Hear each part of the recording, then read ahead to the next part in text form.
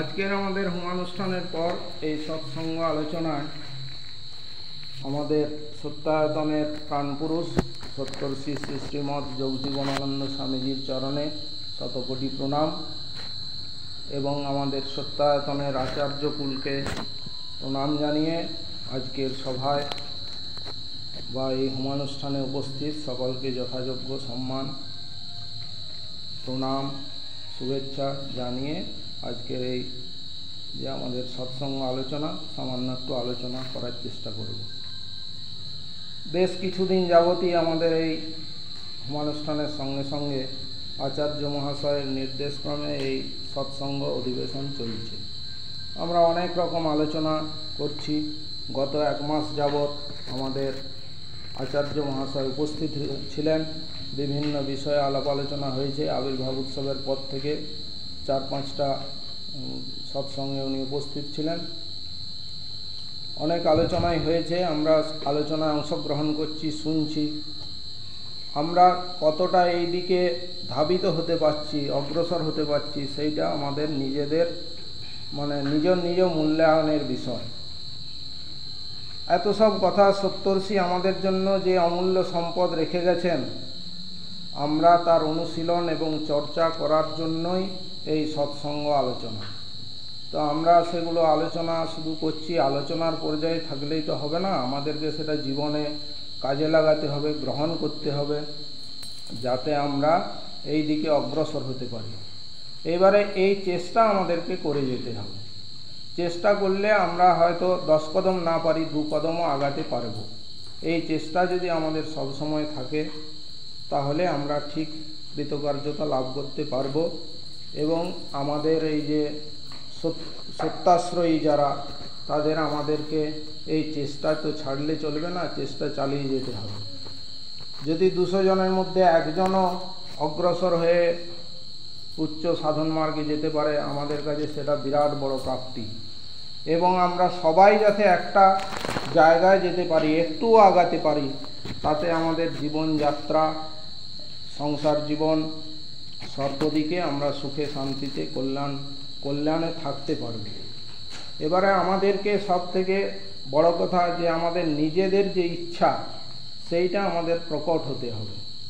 এই দিকে আসার রুচিটা থাকতে হবে যে আমি সত্যকে অবলম্বন করব। এই মনের দৃঢ়তা নিয়ে যদি আমরা অগ্রসর হতে পারি, সর্বক্ষেত্রে সব সময় আমাদেরকে মনে রাখতে হবে, তাহলে আমরা ঠিক একদিন না একদিন কৃতকার্য হতে পারব এবং আমরা ঠিক পথেই অগ্রসর হতে পারব।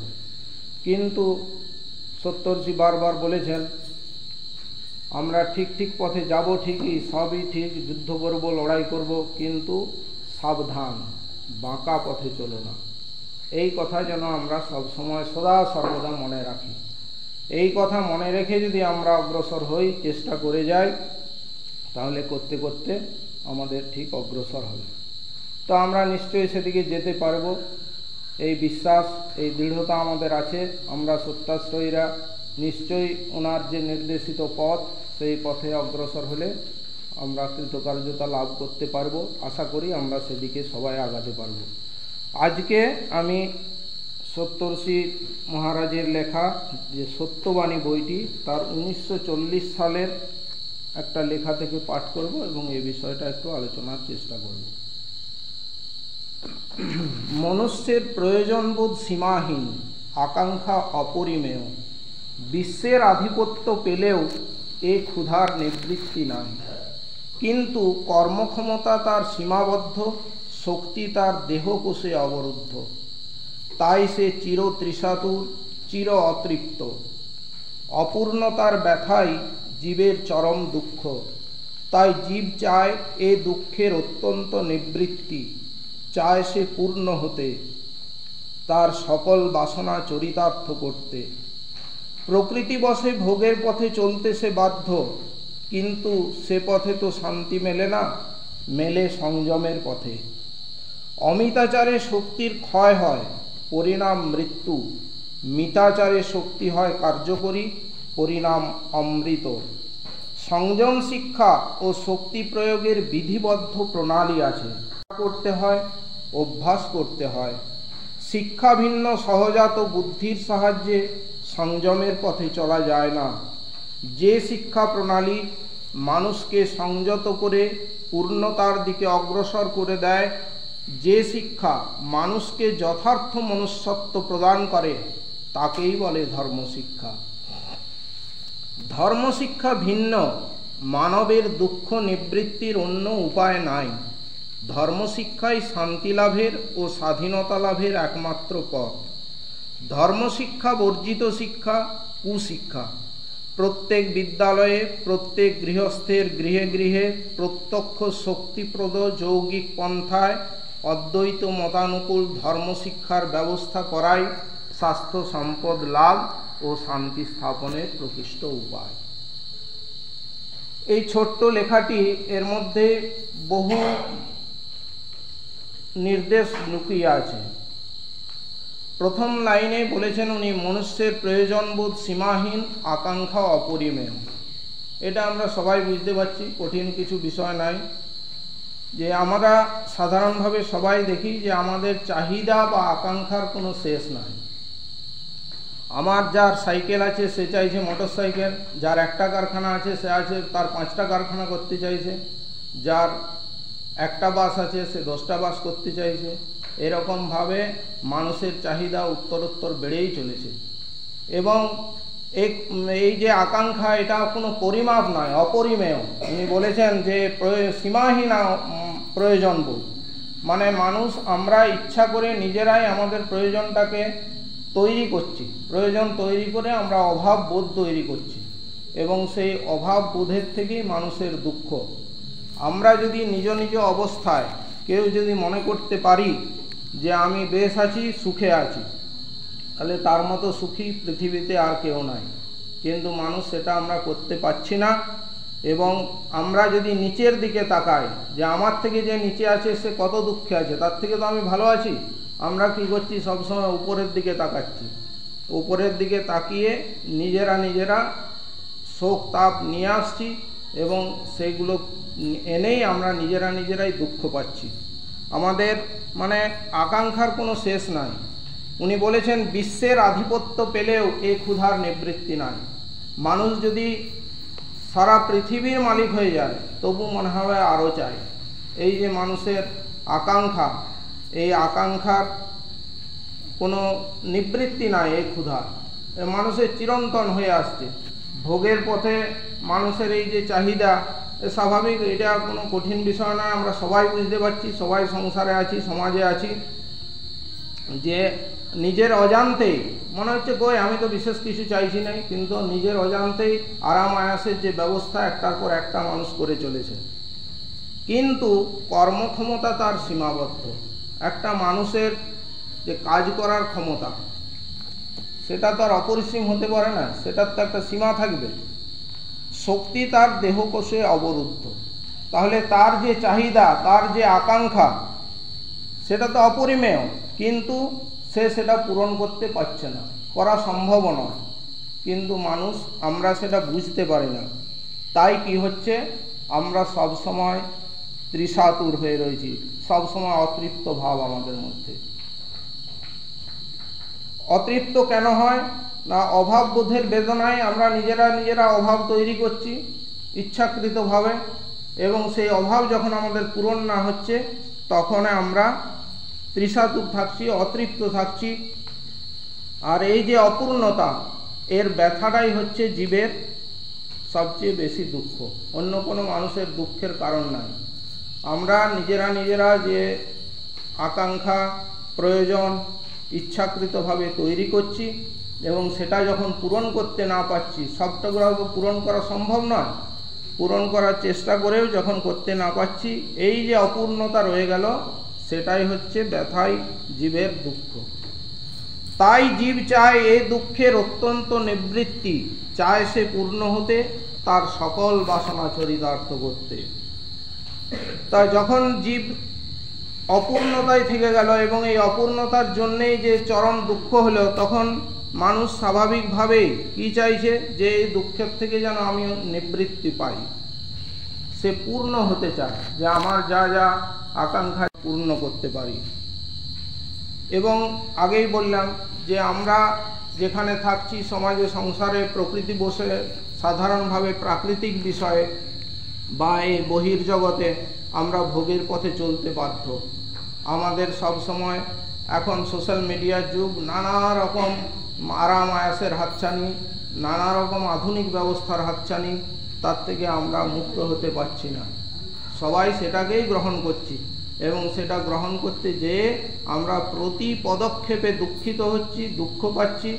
এবারে মানুষ যদি আমরা যেটা না পেলাম তার জন্যে যে মনে সান্ত্বনা হলে ঠিক আছে, না হয়েছে এরকম ভাবটাও সবাই আনতে পারছে না। সেরকম ভাব যদি আমরা আনতে পারি তাহলেও তার দুঃখ কম হবে, কিন্তু সেটাও আমরা আনতে পারছি না।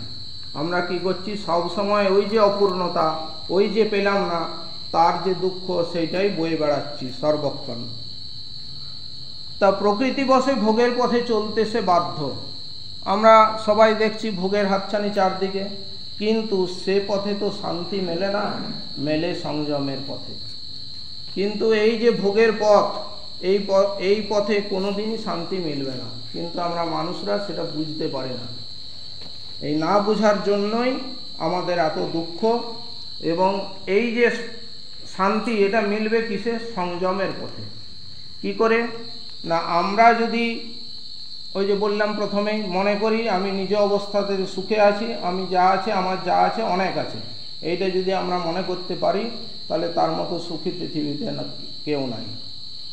তো এই যে সংযম, যে আমার অল্পে সব কিছুতে সন্তুষ্টি থাকা, আমার যা আছে তাতেই সন্তুষ্ট, আমার আকাঙ্ক্ষা চাহিদা আমি কমিয়ে আনবো, যেটা না হলে জীবন অচল সেইটুকুর জন্যই আমরা চেষ্টা করব। কিন্তু তা বাদ দিয়ে বাড়তি আমি আরাম আয়াস সুখ বিলাসের জন্য যেগুলো আমার না হলেও চলবে সেগুলো আমাকে বর্জন করতে হবে। কী করে বর্জন করব? মন থেকে বর্জন করতে হবে। মানে জোর করে বর্জন নয়, মানে আমার টাকা নাই আমি করতে পারছি না, সেই যে মনের দুঃখ, সেই দুঃখটার থেকেই কিন্তু মানুষের এত দুঃখের আমদানি। মন থেকে যদি কেউ গ্রহণ করে যে ঠিক আছে আমার যা আছে আমি তাতেই সন্তুষ্ট, আমার আর প্রয়োজন নাই, তাহলে সেটা হলো সংযমের পথ। সেই পথেই একমাত্র শান্তি মিলবে। অমিতাচারে শক্তির ক্ষয় হয়, পরিণাম মৃত্যু। অমিতাচার অর্থ এখানে মানে কি বলবো, অসংযমী জীবনযাপন, কোনো নিয়ম শৃঙ্খলা না মেনে আমরা দেখছি বহু লোক বিশৃঙ্খলভাবে জীবন কাটায়। এর ফলে কি হয়, নানা রকম বদ অভ্যাস তৈরি করে, বদ নেশা তৈরি করে, তারা সেইভাবেই জীবন কাটায়। কোনো নিয়ম কানুনের তোয়াক্কা করে না, নিয়ম কানুন মানে না, কেউ বললেও তার কথা শুনবে না। এই যে অমিতাচার, এতে কিন্তু মানুষের শক্তির ক্ষয় হয়, পরিণাম তার মৃত্যু। আর মিতাচারে শক্তি হয় কার্যকরী, পরিণাম অমৃত। মিতাচারের অর্থ যে সংযম বজায় রেখে নিয়ম শৃঙ্খলার মধ্যে দিয়ে সুষ্ঠুভাবে জীবনযাপন পালন করে, সেটাই হলো মিতাচার। সেক্ষেত্রে তার যে শক্তি সেটা বিভিন্ন ভালো কাজে লাগতে পারে। মানুষের তো সবসময় দুটো দিক আছে, একটা ভালো দিক, একটা মন্দ দিক। দেবতা শয়তান আমরা আগেই পড়েছি সত্তরশীর লেখা, মানুষের দুইটি দিক, একটি দেবতা একটি শয়তান। তো দেবতা যখন জেগে থাকে তখন মানুষ দেবতার চেয়েও মহান হয়, আর শয়তান জাগলে তখন কিন্তু সেই মানুষই আমরা দেখতে পাচ্ছি প্রতিদিন পেপার খুললে প্রতিদিন খুনের ঘটনা, সেই মানুষই যে করছে আমাদের মতোই মানুষ, আবার কেউ কত ভালো ভালো কাজও করছে। সুতরাং আমাদের এই মিতাচারী হতে হবে, তবেই আমরা সেই শক্তিকে কাজে লাগাতে পারব। সংযম শিক্ষা ও শক্তি প্রয়োগের বিধিবদ্ধ প্রণালী আছে। এই যে সংযমের কথা হচ্ছে, সংযম শিক্ষা আর শক্তি প্রয়োগ, এটা শুধু আমরা খেয়ে দিয়ে শরীরের শক্তি, সেই শক্তির কথা উনি এখানে বলেন নাই। এখানে আমাদের যে মানসিক শক্তি, অর্থাৎ মনের যে দৃঢ়তা, মনের যে জোর, এবং এই যে সংযম শিক্ষা যেটা নিয়ে এতক্ষণ আমরা আলোচনা করছি, এটা কিন্তু আপনা আপনি হবে না। আপনা আপনি এটা হবে না। এর জন্য কি বলেছেন উনি? বিধিবদ্ধ প্রণালী আছে। সেই প্রণালী নিয়মিতভাবে শিক্ষা করতে হয়, অভ্যাস করতে হয়।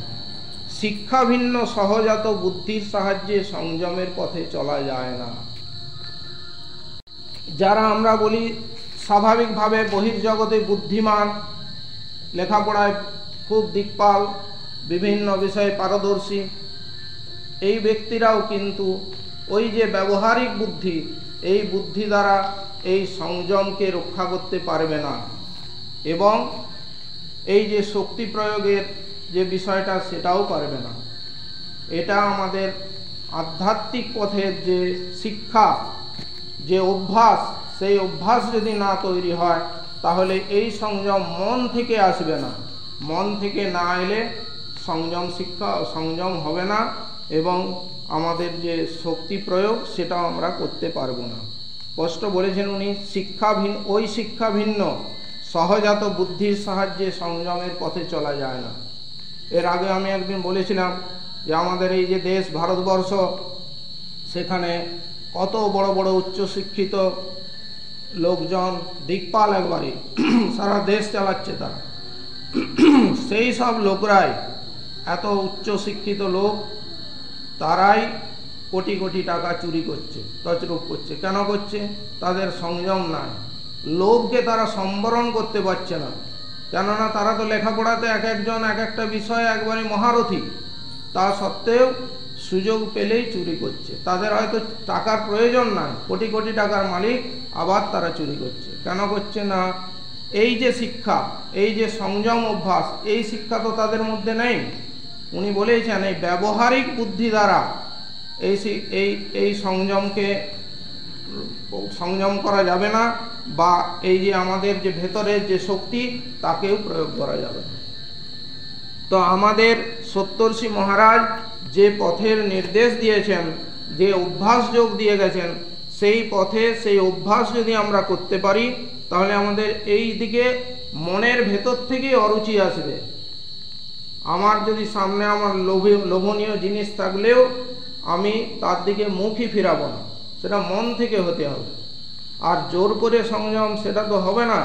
সেটাতে উল্টো আমার গুরুদেব বলতেন যে কোনো বিষয়ে যদি আমি করব না করি মনে মনে, তারই ধ্যান করা হয়, সুযোগ পেলে সে সেই কাজটাই করে ফেলবে, এটা নিয়ম। সুতরাং আমাকে মনের থেকে হতে হবে। তো মন থেকে হতে গেলে কি করে হবে? মন থেকে হতে গেলেই আমাদের এই যে সাধন অভ্যাস, সেই অভ্যাসে যুক্ত হতে হবে। সেই অভ্যাসে আমরা যদি অগ্রসর হতে পারি তাহলে আমার মনের ভেতর থেকে আপনা আপনি তাতে অরুচি জন্মাবে, জোর করে হবে না, এবং ব্যবহারিক বুদ্ধি দ্বারা এটাকে আমরা ওভারকাম করতে পারবো না। যে শিক্ষা প্রণালী মানুষকে সংযত করে পূর্ণতার দিকে অগ্রসর করে দেয়, যে শিক্ষা মানুষকে যথার্থ মনুষ্যত্ব প্রদান করে, তাকেই বলে ধর্মশিক্ষা। এবারে উনার যে শিক্ষা, সেটা উনি কি বলেছেন, যে এই যে শিক্ষা প্রণালী মানুষকে সংযত করে পূর্ণতার দিকে অগ্রসর করে দেয়। একজন সংযমী পুরুষ, তিনি তো পূর্ণ মানুষ। এবারে উনি আবার আরেক জায়গায় লিখেছেন সংযমী মানুষ কি, সে কি চুপচাপ এক জায়গায় বসে আছে? তা নয়। উনি বলেছেন সংযমী মানুষ জড়বৎ নিশ্চেষ্ট হন না, তার নিজের কর্মপন্থা কর্তব্য জ্ঞানে সমস্ত কাজ করে যান, কিন্তু কোনোটাতেই তার আসক্তি থাকে না। যারা জ্ঞানী মানুষ সবেই যুক্ত হচ্ছেন, কিন্তু কোনোটাতেই তার আসক্তি নাই। আর আমরা সাধারণ মানুষরা কি করি? নিজে একটা কাজ করলে মনে করি যে এটা আমার সৃষ্টি, সেটা কি করে থাকবে, কি করে রক্ষা করব, বাবারে সেটা নষ্ট হয়ে যাচ্ছে। ওনারা কিন্তু কর্তব্য মনে করে সেই কাজটি করেন, এবং সেইটার পিছনে তাদের কোনো মোহ থাকে না, একদম মোহশূন্য। যে শিক্ষা মানুষকে যথার্থ মনুষ্যত্ব প্রদান করে, তাকেই বলে ধর্মশিক্ষা। এই পথে যদি আমরা অগ্রসর হই তাহলে আমাদের মনুষ্যত্ব আমরা আপনি অর্জন করতে পারবো। মনুষ্যত্ব কি না, মনুষ্যত্বের মধ্যে মানুষের যে গুণাবলীগুলো থাকে সেগুলোই মনুষ্যত্বের বিষয়। যেমন দয়া, মায়া, প্রেম, পরশ্রীকাতরতা, কারোর ওপর না থাকা, বিদ্বেষ কাউকে না করা, সকলকে ভালোবাসা, সমান চোখে দেখা, এগুলোই মনুষ্যত্বের এক একটা গুণ। তো আমরা যদি এই সাধন পথে অগ্রসর হতে পারি তাহলে আমাদের মধ্যে এই গুণগুলো আপনা আপনি প্রস্ফুটিত হবে। জোর করে এগুলো করা যায় না। মনের ভেতরে আমাদের যেটা আছে সেটা যতই জোর করে আটকাবার চেষ্টা করি সুতরাং এগুলো আমাদেরকে সেইভাবে অনুশীলনের মাধ্যমে আমরা যদি করে করে অগ্রসর হই, তাহলে এগুলো আমাদের মনের থেকে আপনা আপনি হবে। তাতে আমাদের অরুচি জন্মাবে, কারো ওই পরনিন্দা পরচর্চা করতে ইচ্ছাই করবে না, তার থেকে দূরে সরে যাবে সে। কিন্তু আমরা সেগুলো যদি এই পথে না থাকি, জোর করে হবে না। আমার যদি ওই দিকে ন্যাকটা থাকে, কেউ আলোচনা করছে, সঙ্গে সঙ্গে যে অংশগ্রহণ করবে, এটাই আমাদের সাধারণ মানুষের নেচারের মধ্যে পড়ে। ধর্মশিক্ষা ভিন্ন, মানবের দুঃখ নিবৃত্তির অন্য উপায় নাই। উনি স্পষ্ট কথা একবারে বলে গেছেন যে এই যে ধর্মশিক্ষা, প্রত্যেক মানুষের মধ্যেই আমাদের সেই শক্তি নিহিত আছে। উনি যে পথের নির্দেশ দিয়েছেন, যে অভ্যাস যোগের কথা বলেছেন, সেই অভ্যাস করে আমরা আমাদের ভেতরের শক্তিকে কেবল জাগ্রত করব। নিজের মধ্যে, প্রত্যেকের মধ্যে ভগবান বিরাজমান, আমরা তারই অনুশীলন করি। এবং যদি আমরা এই অনুশীলন করতে পারি, নিজের মনের যে দৃঢ়তা থাকবে, তাহলে এই যে অল্পে সন্তুষ্টি, এই বিষয়গুলো আমাদের অটোমেটিক চলে আসবে এবং সেক্ষেত্রে আমাদের দুঃখ অনেক কমে যাবে। উনি সেই জন্যই বলেছেন এই ধর্মশিক্ষা ভিন্ন, দুঃখ নিবৃত্তির অন্য উপায় নয়। ধর্মশিক্ষায় শান্তি লাভের এবং স্বাধীনতা লাভের একমাত্র পথ। স্বাধীনতা বলতে আমাদের স্বাধীনতাটা কি? আমাদের শুভ ইচ্ছা, যেগুলো আমাদের একটা লোক অভ্যাস যোগ গ্রহণ করার পরে তার ভেতরের যে বিকাশ হবে, তার যে শুভ ইচ্ছা, সেগুলো আমরা যাতে সহজেই প্রয়োগ করতে পারি, কারো ভয়ে না আটকে থাকি, সেটাই হলো স্বাধীনতা। এক্ষেত্রে স্বাধীনতা বলতে ধর্মশিক্ষা বর্জিত শিক্ষা কুশিক্ষা। উনি বলেছেন ধর্মশিক্ষা যে শিক্ষার মধ্যে নাই, সেটা কুশিক্ষা একদম। কারণ লেখাপড়ায় সে হয়তো পুঁথিগত বিদ্যা অনেক পণ্ডিত হলো, কিন্তু তার আসল শিক্ষা কিচ্ছু হলো না। প্রত্যেক বিদ্যালয়ে, প্রত্যেক গৃহস্থের গৃহে গৃহে প্রত্যক্ষ শক্তিপ্রদ যৌগিক পন্থায় অদ্বৈত মতানুকূল ধর্মশিক্ষার ব্যবস্থা করাই স্বাস্থ্য সম্পদ লাভ ও শান্তি স্থাপনের প্রকৃষ্ট উপায়। উনি সেই জন্য বলেছেন যে প্রত্যেক বিদ্যালয় এবং প্রত্যেক আমাদের গৃহস্থ বাড়ি, তারও গৃহে গৃহে এই শক্তিপ্রদ যৌগিক পন্থায় আমাদের ওনার যে নির্দেশিত পথ, যে অদ্বৈত মতানুকূল, সেই পথে আমাদের ভেতরের যে সত্তাকে জাগরণ করানো, এই পথে যদি আমরা এই অভ্যাস যোগের মাধ্যমে করতে পারি, তাহলে আমাদের স্বাস্থ্য সম্পদ লাভ এবং শান্তি আমাদের ঠিক স্থাপন হবে, নতুবা কোনো উপায় নাই। আমরা সবাই বুঝি, সবাই জানি, সবাই আলোচনা করছি, অথচ মন যেন নিজের বশে আমাদের থাকছে না। যখনই সুযোগ হচ্ছে আমরা আবার সেই দিকেই ধাবিত হয়ে যাচ্ছি। তো এই যাতে না ধাবিত হতে পারি, ঠিক পথে থাকতে পারি, তার জন্যই আমাদের এই অভ্যাস যোগ। এবং এই অভ্যাস যোগে আমরা যদি লেগে থাকি প্রতিনিয়ত, আচার্য মহাশয় বলেছেন সবসময় সতনাম জপ করা, এগুলো যদি আমরা করে থাকতে পারি, আস্তে আস্তে আমাদের পরিবর্তন হবে। আশা করি আমরা সবাই সেদিকে অগ্রসর হতে পারবো, সত্যের পথে আমরা চলতে পারবো সবাই। এই কথা বলে আজকে সামনের, এবার আমাদের তো দুর্গা পূজা চলে এলো, সামনের সপ্তাহেই বোধ হয় দুর্গা পুজো শুরু, তখন পঞ্চমী, চতুর্থী, পঞ্চমী কিছু পড়ছে বোধ হয় আগামী বৃহস্পতিবার। যাই হোক, সবার পূজা ভালো কাটুক, এই বলে আজকে এখানে আমি শেষ করছি।